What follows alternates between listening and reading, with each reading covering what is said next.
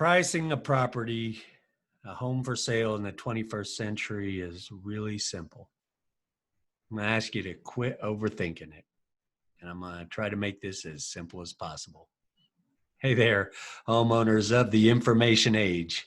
My name's Rock Florida, and I'm on a mission to rock your world and detonate the boxes of conventional wisdom that suggests that you need a real estate agent to sell your house. Subscribe, like, follow me as I give you the knowledge, tools, and confidence that you need to successfully sell your home on your own. So, pricing a property in the 21st century.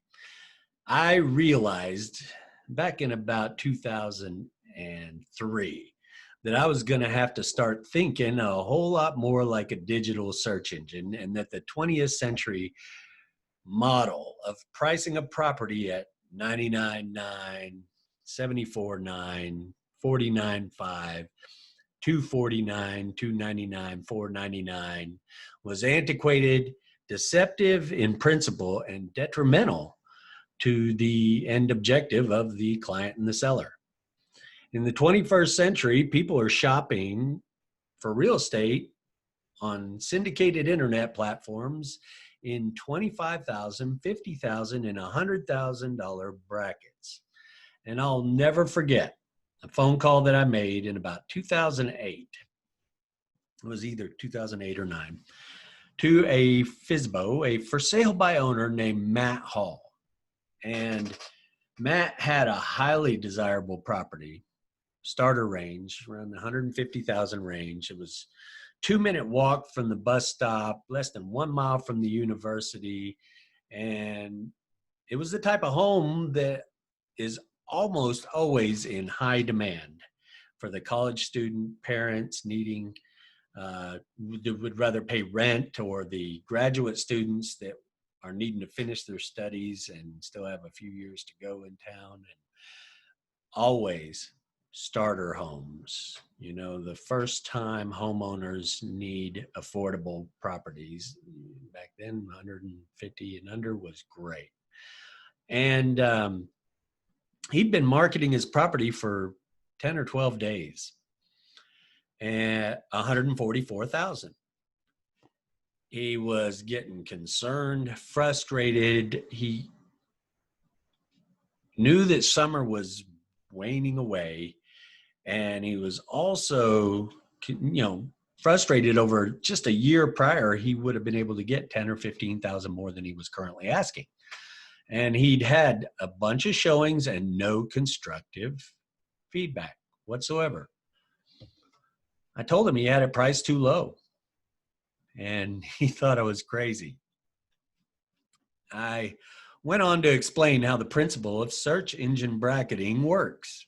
Okay. So imagine that you have 120 people that are looking for a property like yours between $100,000 and $150,000. And all those folks have already seen your property, and you're at the top end of their bracket, and they're more likely really looking for a deal around 135, right? Meanwhile, there's another 80 folks or so that are looking for a property like yours between 150 and 200,000. And they've never seen you. These folks are looking in a less affordable bracket. They were likely to be much more qualified and able, and you may have exactly what they need and be able to save them substantially on their budget. Price your property at 150,000, even. Not 144, not 149.9, not 149.5, but 150 even. That is the way you will have everyone in both brackets looking at your property. He was under contract 2 days later, and he sold it for $148,000. So he eventually sold it for more than he was originally asking because he priced it properly. Let me take a moment to say people shouldn't be played with or lied to. Let's get real. 299.9 is asking 300,000. We're not stupid, and just because it starts with a 2 does not change the mortgaging reality of the deal. And if you see an agent or agency that is marketing a property with that particular strategy, I want you to know two things. One, you're dealing with a 20th century marketing mind that still thinks the psychology of the 9, common sense, trumps logical reasoning.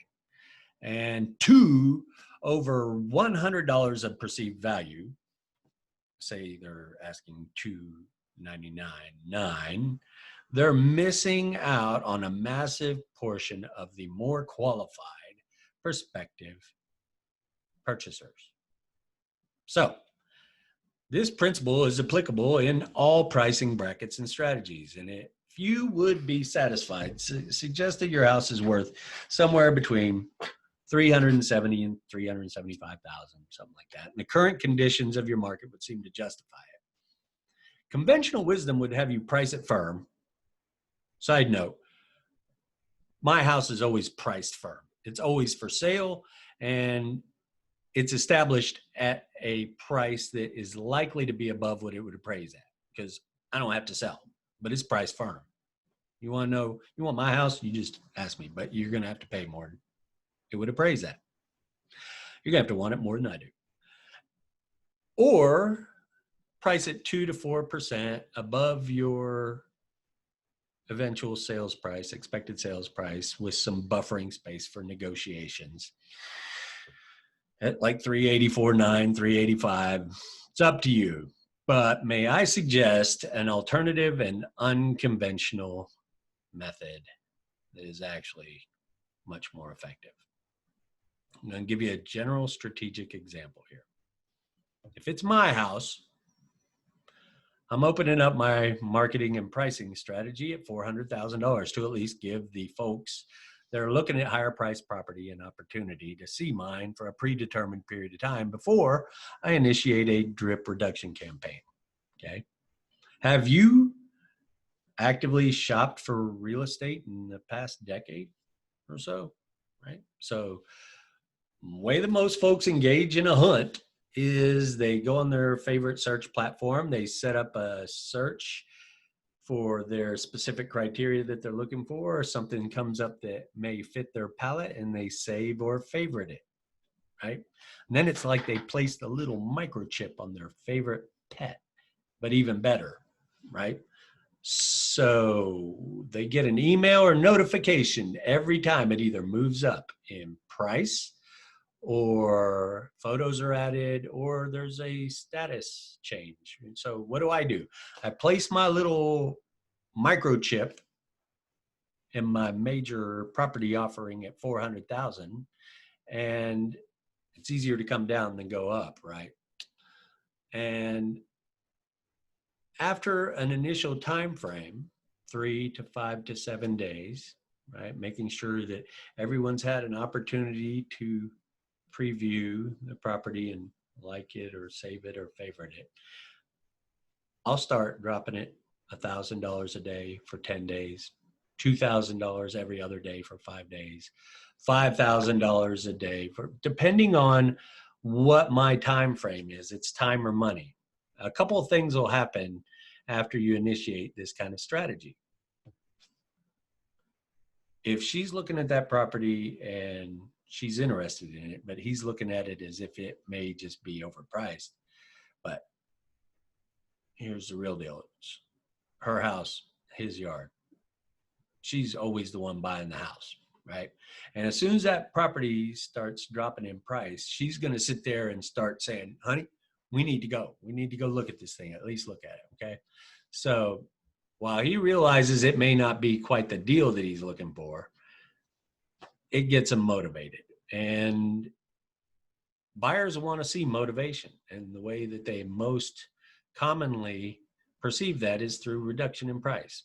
So another thing that happens is you'll most likely start receiving a lot more activity and showings and such by about the time you get down around, 392 or so.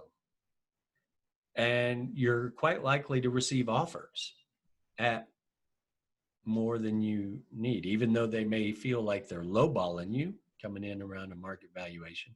That gives you your then buffer to negotiate. So in the event that you end up with your final offering price and you begin to stagnate on the market, it will be time for you to revisit your timing and your objective, because there's a very fine, hard line between want and need.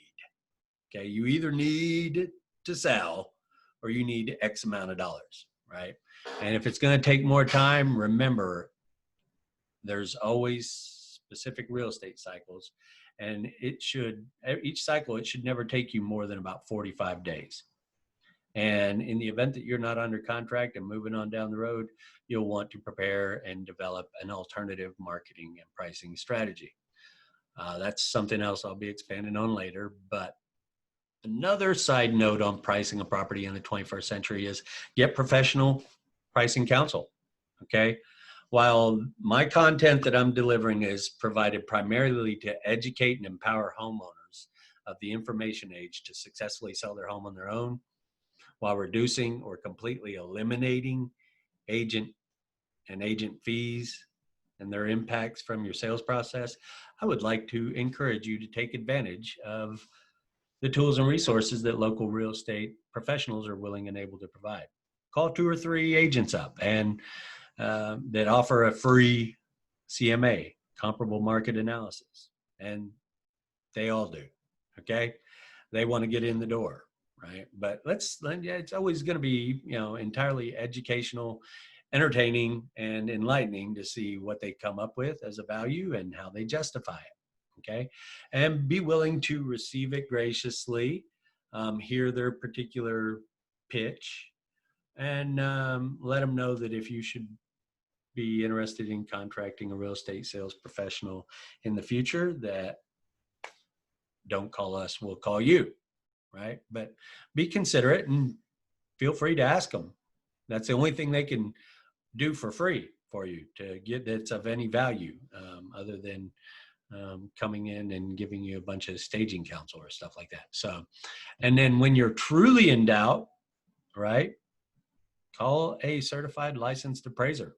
It's usually less than $500, and ask them for a market valuation and appraisal for the property. I have helped hundreds and hundreds of for sale by owners save millions of dollars over the past 15 years by teaching them the basic principles of real estate representation that are universal and widely accepted as some of the best ways to generate goodwill, trust, and the confident assurance that a buyer needs to make a well-informed purchasing decision. So I really do appreciate you taking the time to learn more about how you can take care of this yourself. If there's any way I can ever be of any service to you, never hesitate to call. And don't forget to subscribe, like, and follow me for some knowledge, tools, and confidence on how to take care of this yourself.